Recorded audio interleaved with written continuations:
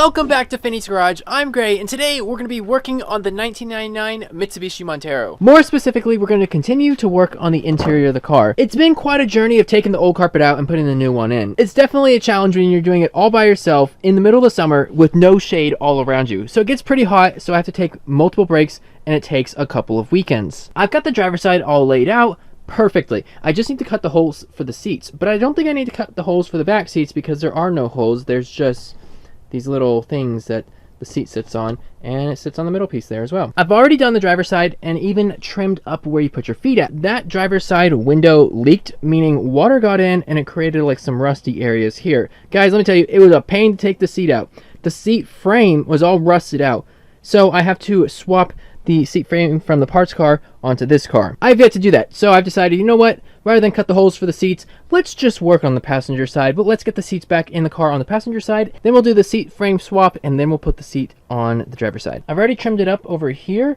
Only thing we have to do is this area in the footwell. So obviously we have too much excess here, and then last night I was working on cutting this so we can get around this unit here. I did end up washing the trim panel, and this trim panel is going to go right here. I'm trying to cut the carpet as close to the wall here as possible, only because I don't want to accidentally cut it too short, and then when we go to put the trim panel on, it sticks out, and then there's like a gap between the trim panel like this.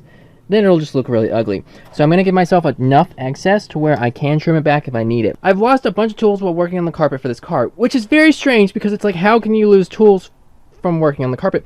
Well, I found some of them. So apparently, whenever I was putting the carpet in this car and I was trimming it, I had laid the carpet over some tools, and then I completely forgot about them. Specifically over there. You could see the trim panel's already back together, and the other day I found this razor blade.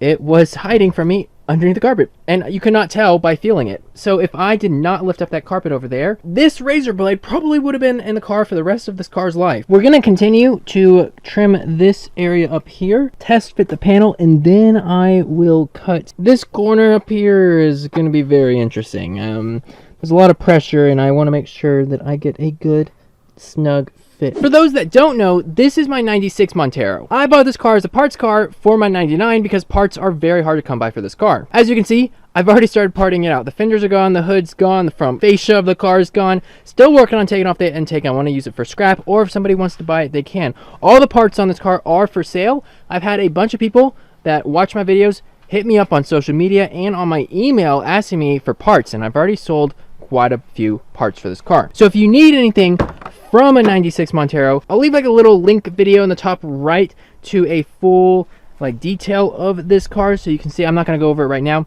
but I've already taken the gauges out. I had a guy come out today and purchase the gas tank and the guard and basically everything that was attached to the gas tank from this car. Apparently his 94 Montero's gas tank all gunked up, and there's a lot of crud on the inside of it, and it was contaminating the gas. I gave him a really good deal on the gas tank. He drove 40 minutes to come pick it up. I just wanted to help people out who are missing parts or might need parts and getting them those parts at a good price. So if you need anything, let me know in the comments or shoot me an email or DM me on Instagram. But let's begin trimming the carpet and cutting the holes for the seats.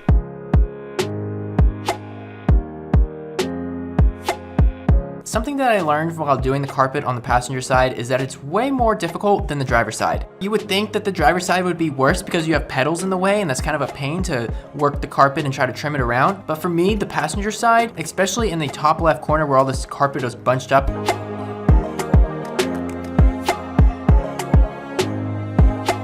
and as I look back, I probably should have trimmed that back before I started tucking everything in. I was left with so much excess material that I kept having to trim, test it out, trim, test it out, trim, test it out.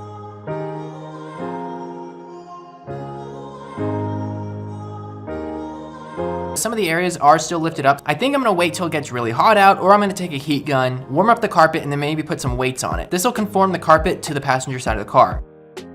Plan was to install the carpet and trim it up on the passenger side and install the seats. But because it took me way longer than I thought it was, I didn't get the chance to put the seats in. So this is part one, and I will do a part two.